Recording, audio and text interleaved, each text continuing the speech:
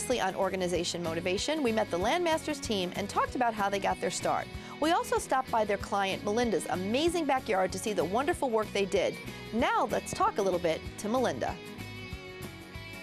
Well, Melinda has an amazing story, and I wanted her to tell you all about it. Melinda, tell us about your nonprofit. The organization's called Clear Path for Veterans. It's located in Chittenango on 75 beautiful acres that overlook about 5 counties. You can see all of Oneida Lake. Tell us your website. clearpathforvets.com. Okay, excellent. And you have a signature event coming up in June. We do. We have our, which will be the 4th annual Red, White, and Blue Barbecue. It used to be hosted by Doug and Helen Marone, who were, you know, Doug was the football coach at SU, and they've supported it in a tremendous way for years, and they've since moved.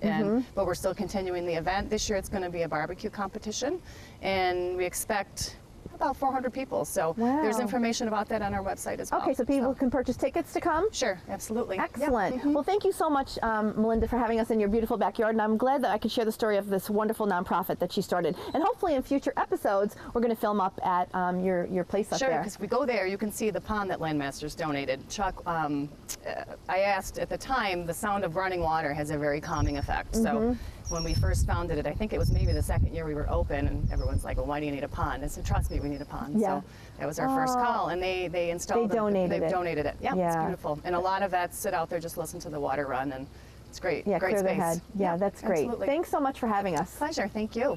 Well, I'm sitting here with Kim in a really great spot in front of this beautiful pond.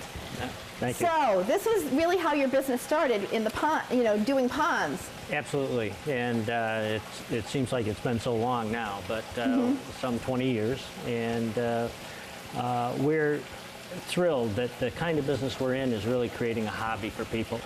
And we sort of transition from our construction side of the business when we install these for people. Then we in the store sort of bring the people into the fold, and we monitor and help them with a hobby of water gardening. Right. So if somebody at home watching the show wants to try something small at home, what are some tips that you could give them? Well, it's difficult when you talk about small, only in that one of the things we encourage people to do in our business is build your last pond first. Oh, okay. Right, because typically people do start small. And that's fine. And then it grows over time. And I know when we put our first one in some 25, 30 years ago, we started small, and then over the course of a period of time, it grew 3 or 4 different times. Right. So you're suggesting, like, don't start small. Really figure out what you can afford and go for it. Absolutely. So there's so many different concepts and designs. How do you come up with a design? The design is going to be specific to certainly the property and what the goals of the people are. We encourage people to put the pond where they're going to enjoy it the most, whether it be in the winter when it's open so the birds come in, or whether it's in the summer where they can see it from an inside window. I think it's so relaxing to hear the sound of water in your backyard. It is. Yeah. It's like living on a creek. Yeah. You know? So now, some ponds you can have fish, and then you can choose not to. Let's talk a little bit about that.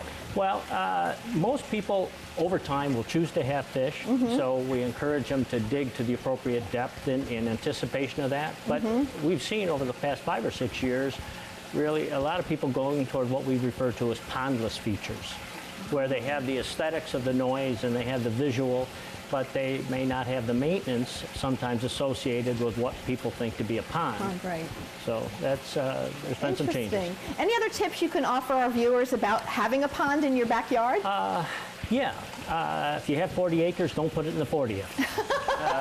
Put it close where you're going to enjoy it. Exactly right. And you want to put it where you have power. You want to put it where you can do maintenance on it. You want to, as I said, put it where you can see it all the time.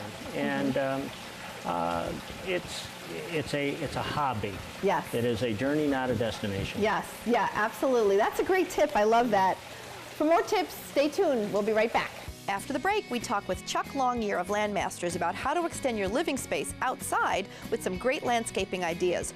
We'll also provide you with additional tips to organize your backyard. Follow us on Pinterest at Declutter Coach.